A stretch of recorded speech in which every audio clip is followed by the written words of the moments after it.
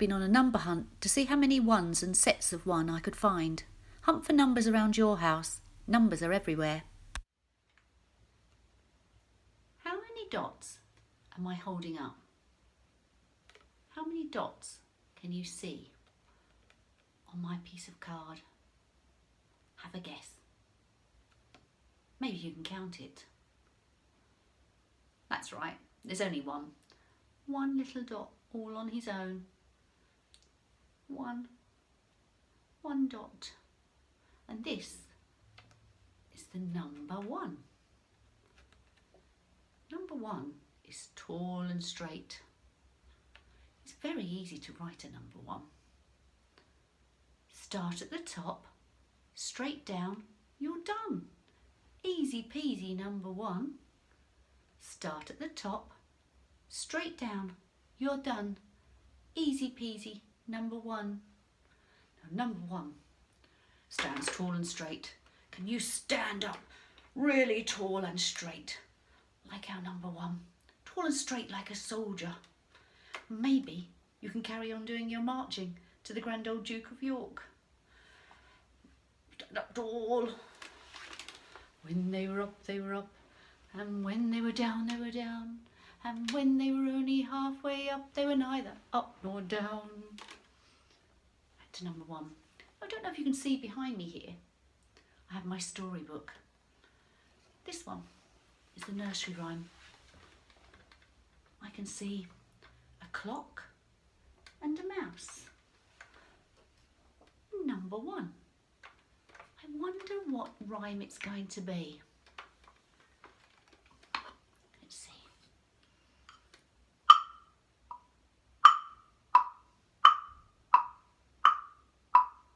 Sounds a bit like a clock. This is my wooden agogo.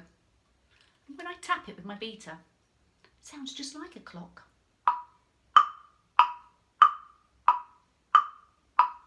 A big old grandfather clock like the one in the picture up here. Let's say the rhyme. Hickory dickory dock, the mouse ran up the clock. The clock struck one, the mouse ran down. Hickory dickory dock, tick tock, tick tock. Maybe we can try it together. Hickory dickory dock, the mouse ran up the clock. The clock struck one, the mouse ran down. Hickory dickory dock, tick tock, tick tock. And here's my clock.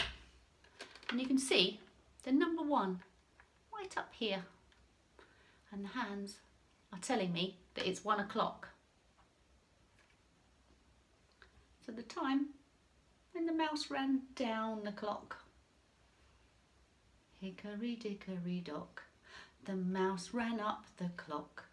The clock struck one, the mouse ran down.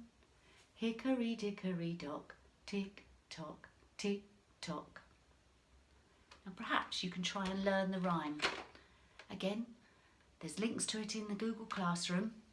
And if you go online, you can play videos, you can sing along to the music, try and learn the words. And look out for number one.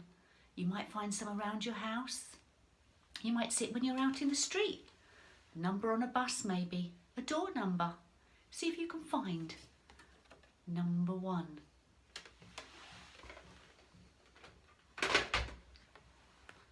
We could have a go at writing number one.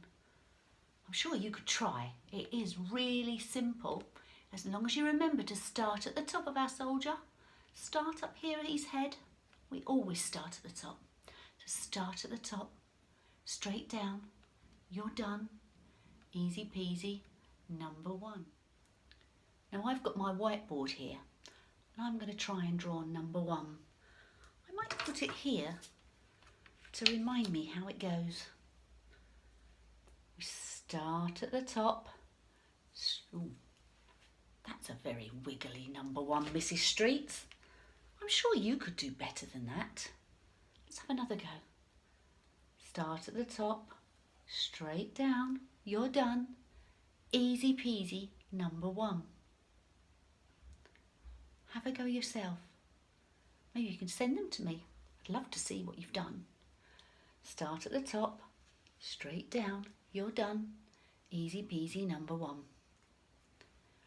There are lots of tracing worksheets for you in the classroom as well.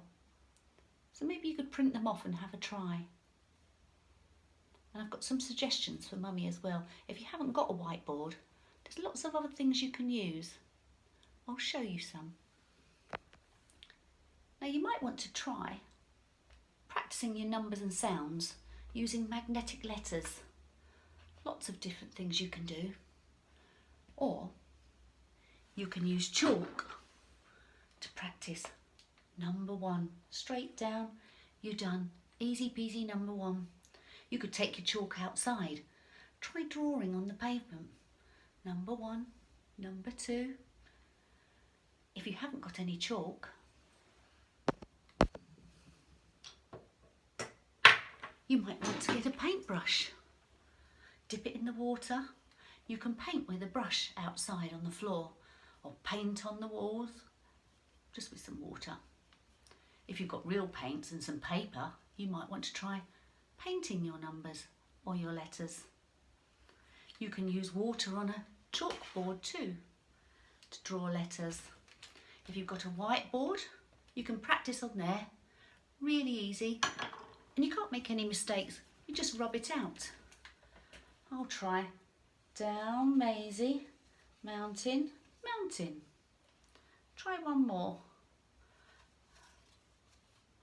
Oh dear, doesn't look quite right, does it? Never mind, just rub it out and try again. Down, Maisie, mountain, mountain. If you don't have a whiteboard, perhaps you have some of these plastic wallets at home. Really easy. Pop your printable inside the plastic wallet and then you can write on these.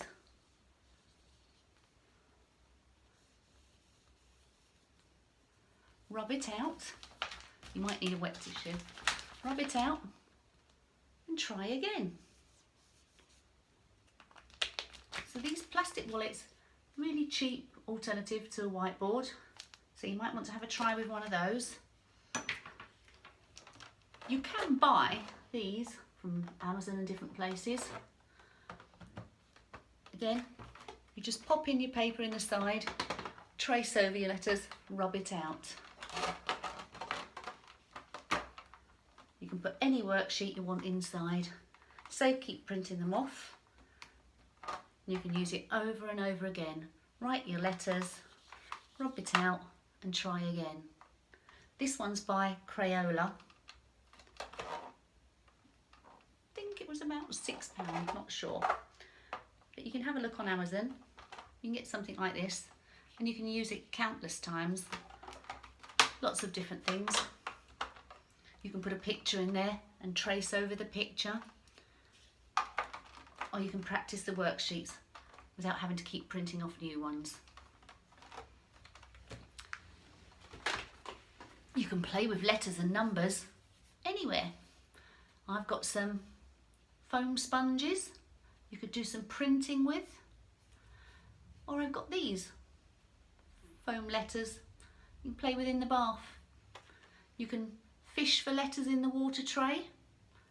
You could find letters while you're having a bath, stick them to your wall. They should stick with a bit of water. So you can look for letters in the bath. You could maybe do some printing with letters. You could get some post-it notes. Write your letters on here and then have a letter hunt. So you can write the sound. Our sound this week is and then you can hide them around the house and get somebody else to find them. Or somebody else can hide them and see if you can find them all. I'm going to hide this one. Where shall I put this? I think I'll put it behind my book. We'll see if somebody can find it. So there's lots of things you can do. Obviously you can use a paper and pencil or pen, whatever you've got. But this here is a real sensory activity. I've just got a tray and I've filled it with some coloured sand. You can put flour, plain sand, any movable material really, but I've put sand in here, and then I can practice my letters. Down, Maisie, mountain, mountain. Now that time I used a paintbrush. That's only if you don't really like getting your fingers dirty, because I know there are some children who don't like the sensory feel, but it's actually really good if you get your finger and make the letters or the numbers in the sand using your finger. And you just give it a shake, it's disappeared by magic, and you can try again. Straight down, you're done. Easy peasy number one. So you can put anything you want in here. Good thing about this one, it's just an old tin, but I can put the lid on, use it again tomorrow. So just a little tip. You could put it in anything, a Tupperware box, a tray, whatever you want. But just a container, a bit of sand, flour, and then use your finger, our pointy finger, and make the sounds. You might want to keep a copy of the number or the sound that you're attempting next to it, so you know what it is that you're doing. And then you can copy it. Number one. Makes a great sound too. Give it a shake. I think this time I'm going to try my again. Down, Maisie, mountain, mountain. Give it a shake. You could put coloured paper underneath so that as you make your marks, you can see the paper underneath. You made a magic letter. So there's lots of different activities you could try. Have fun. Let me know how you get on. Bye for now.